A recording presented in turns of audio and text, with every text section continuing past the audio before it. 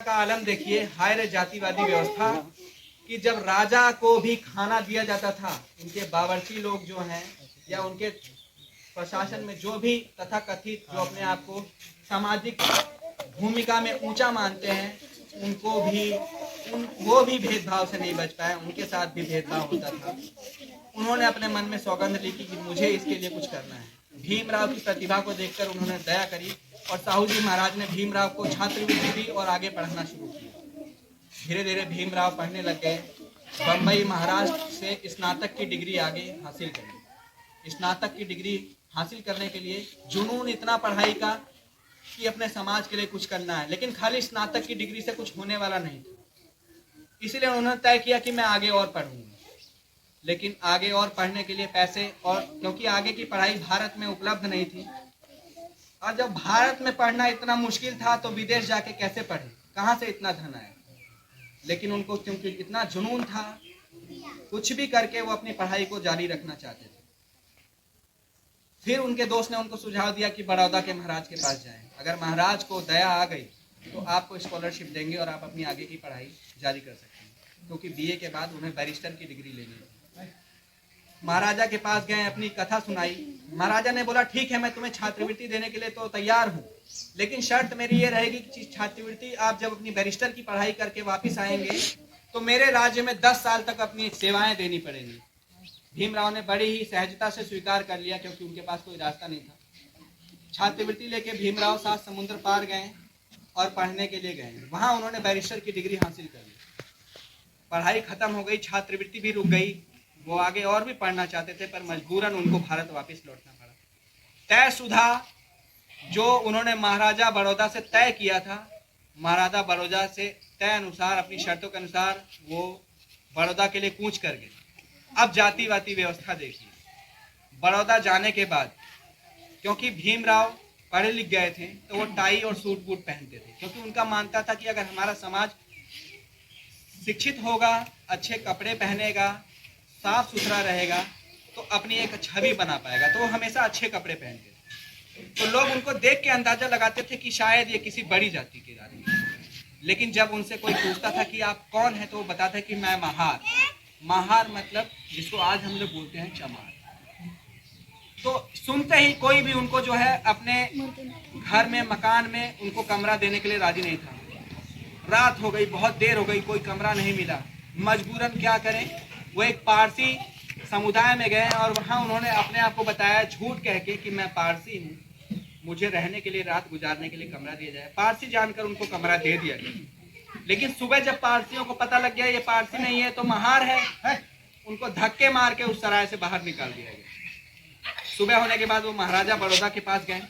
बड़ौदा में जाने के बाद महाराजा ने उनको तय जो शर्त थी उसके अनुसार नौकरी पर रख लिया और उनको अपनी सेना में उन्होंने सूबेदार। जातिगत तंज, इतनी परेशानियों का उन्हें सामना करना पड़ा। पिता की तबीयत खराब होने लग गई, पिता की तबीयत खराब होने लगी। सेना में उनकी सेवाएं देते रहे, लेकिन जब छुट्टी मांगी तो छुट्टी देने से मना कर दिया। पिता की मृत्यु नजदीक थी। उन्होंने ये जान के कि मेरा कर्तव्य है कि पहले पिता के पास जाऊं, उन्होंने अपनी नौकरी छोड़ दी। सेना की नौकरी छोड़कर वो पिता के पास चले गए। पिता के स्वास्थ्य को देखा, पिता की सेवा करी, लेकिन धन का अभाव पिता को बचा ना सका। पिता की मृत्यु हो गई। भीमराव ने प्रतिज्ञा कर ली। उनका जो संकल्प है और दृढ़ होता गया कि मुझे जो दुख झेलना पड़ा है, मेरे समाज के लोग जो दुख झेल रहे हैं, जानवरों से भी नीचा जो जीवन जी रहे हैं, उसके लिए मुझे कुछ करना है। कितनी बलिदान, कितने कुर्बानी मुझे देने पड़े, मैं रुकूंगा नहीं। वो फिर से महाराजा बड़ौदा के पास गए, निवेदन किया कि मुझे छात्रवृत्ति दिया जाए, मैं और आगे की पढ़ाई करने चाहता हूँ। महाराजा बड़ौदा ने उन्हें फिर से छात्रवृत्ति दी, लेकिन फिर से शर्त रखी कि पढ़ाई करने के बाद फिर से आके मेरे राज्य में सेवाएं दो। उन्होंने मंजूर किया, चले गए। आगे कानून की पढ़ाई करी, कानून की पढ़ाई करी, पीएचडी की डिग्री, डॉक्टर की उपाधि हासिल करी। पढ़ाई करने के बाद फिर से वो अपनी शर्तें अनुसार बड़ौदा महाराजा के पास आए गए, और इस बार उन्हें महाराजा बड़ौदा की रियासत में उन्हें मुंशी का औहदा दिया गया। हिसाब किताब रखने का जो एक बड़ा पद था, वो पद दिया गया। लेकिन हाय रे जाति व्यवस्था, उतने बड़े पद पे होने के बाद छोटा छोटा चपरासी और चौकीदार भी उनको दूर से ही फाइलें किताबें फेंक के दिया करता था। ये लो फाइल, ये लो किताबें। पानी पीने नहीं दिया जाता था, उनका पानी अलग रखा जाता था, मटका अलग रखा जाता था, व्यवस्था अलग थी। भीमराव बोलते थे, भीमराव उस व्यवस्था को देखते थे, उनका मन अंदर ही अंदर उन जंजीरों को जकड़न महसूस करता था, वो तड़पते थे। लेकिन क्योंकि उन्होंने वादा किया था, उन्होंने अपने वादे को निभाया। जब वो ये सब सहने में असमर्थ हो गए तो वो महाराजा बड़ौदा के पास गए और बोला कि महाराजा, मैं अब अपने समाज के लिए कुछ करना चाहता हूँ, मुझे कृपया है यहाँ से अब छुट्टी दी जाए, मैं अपने समाज के साथ अपने समाज के लिए कुछ करना चाहता हूँ। महाराजा बड़ौदा समझ गए और उन्होंने उनको अनुमति दी। उस समय वो भारतीय राजनीति में आए, उन्होंने देखा नियम अपने और बाकी कोई ध्यान रखने वाला नहीं। उन्होंने प्रण किया कि मुझे इसके लिए लड़ना है। उस समय आज़ादी का दौर था, जब आज़ादी के लिए लड़ाई चल रहे थे, जब तमाम राष्ट्रवादी नेता जो देश की आज़ादी के लिए, महात्मा गांधी, सुभाष चंद्र बोस, भगत सिंह, अशफाक उल्लाह खान, सब लोग आज़ादी की लड़ाई लड़ रहे थे। लेकिन भीम ने अपने मन में ठाना कि ऐसी आज़ादी मिल भी जाए तो मैं उस आज़ादी का क्या करूंगा जिस आज़ादी में मेरे लोगों को कपड़े पहनने का अधिकार नहीं है, खाने का अधिकार नहीं है, पढ़ने का अधिकार नहीं है। ऐसी आज़ादी मेरे किस काम की? मुझे सबसे पहले अपने लोगों की दशा को सुधारना होगा, उनके जीवन के स्तर को सुधारना होगा। उन्होंने बोला मेरी आज़ादी के मायने तब होंगे जब मेरे लोगों को भी सम्मान मिलेगा, मान मिलेगा, पढ़ने का अधिकार मिलेगा, बराबरी का हक मिलेगा। तो उन्होंने इस पर जोर दिया। लगातार संघर्ष करते रहे। संघर्षों में उन्होंने क्या उस समय किया, उन्होंने अपने लोगों, क्योंकि उस समय हमारे लोगों को मंदिरों में जाने की आज़ादी नहीं थी, तो उस समय उनको लगा कि मुझे बराबरी दिलानी है, तो मंदिरों की लड़ाई लड़ी। तमाम अपने लोगों को मंदिरों में ले गए, लेकिन वहाँ पे क्योंकि जो तथाकथित उच्च वर्ण के लोग हैं वो समझते थे कि मंदिरों में शूद्रों को आना नहीं है, तो उन्होंने वहाँ पे उनको लाठियों और डंडे से स्वागत किया। कई लोग घायल हुए, कई लोग मर गए, लेकिन उन्होंने नहीं छोड़ा, संघर्ष को नहीं छोड़ा, संघर्ष जारी रखा। पानी पीने की भी आज़ादी नहीं थी, जो एक सामाजिक तालाब होता है वहाँ से छोटी जाति का लोग पानी नहीं पी सकते। पानी की संघर्ष किया और अपने लोगों को पानी पिलाने का भी अधिकार दिया।